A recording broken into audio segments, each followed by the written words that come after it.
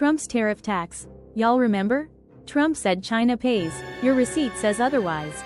America, we need to talk about tariffs. Because Donald Trump sold tariffs like they were a magic money machine.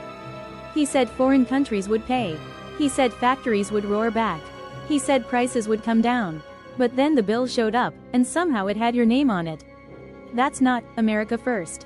That's American Wallet First, open it. Is Howard Lutnick still laughing in the background? The origin story. Trump's tariff obsession didn't start yesterday.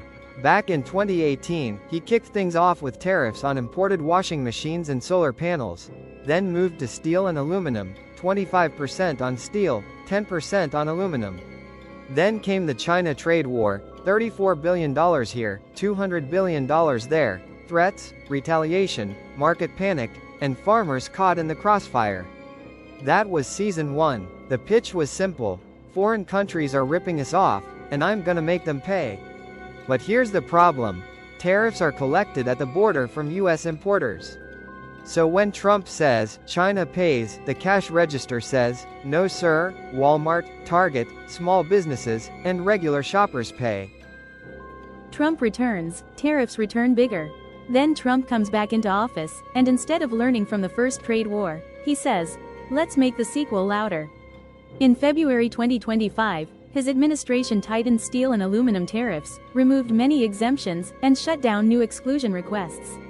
By March 2025, alternative arrangements and many country-level carve-outs were revoked. Then came April 2, 2025, Trump's so-called Liberation Day. The White House announced a 10% tariff on all countries starting April 5, plus higher, reciprocal, tariffs on countries with large trade deficits starting April 9. Translation? He threw a tariff grenade into the global economy and called it a parade. Trump returns, tariffs return bigger. Then Trump comes back into office, and instead of learning from the first trade war, he says, let's make the sequel louder. In February 2025, his administration tightened steel and aluminum tariffs, removed many exemptions, and shut down new exclusion requests. By March 2025, alternative arrangements and many country-level carve-outs were revoked. Then came April 2, 2025, Trump's so-called Liberation Day. The White House announced a 10% tariff on all countries starting April 5, plus higher, reciprocal, tariffs on countries with large trade deficits starting April 9. Translation? He threw a tariff grenade into the global economy and called it a parade. The effects. Now here's the receipt. The New York Fed found that nearly 90% of the 2025 tariff burden fell on U.S. firms and consumers. At the start of 2025, the average tariff rate was 2.6%. By the end of the year, it was 13%. Yale Budget Lab estimated that by April 2026, U.S. tariff policy pushed the average effective tariff rate to about 11.8%, the highest since the early 1940s, excluding 2025. It also estimated short-run consumer prices rising about 0.7% to 1.1%, equal to roughly $940 to $1,500 per household depending on whether temporary tariffs expire or get extended. And the pain isn't equal. Yale says tariffs act like a regressive tax because lower-income households spend more of their income on goods. That means the people least able to absorb higher prices get hit hardest. So yes, tariffs raise government revenue. But the government gets revenue because Americans are paying higher prices. That's not free money. That's a cover charge for shopping. Jobs, prices, and the spin. Trump promised manufacturing glory, but Reuters reported manufacturing jobs fell by 71,000 between April 2025 and March 2026, while manufacturers dealt with rising input costs and uncertainty.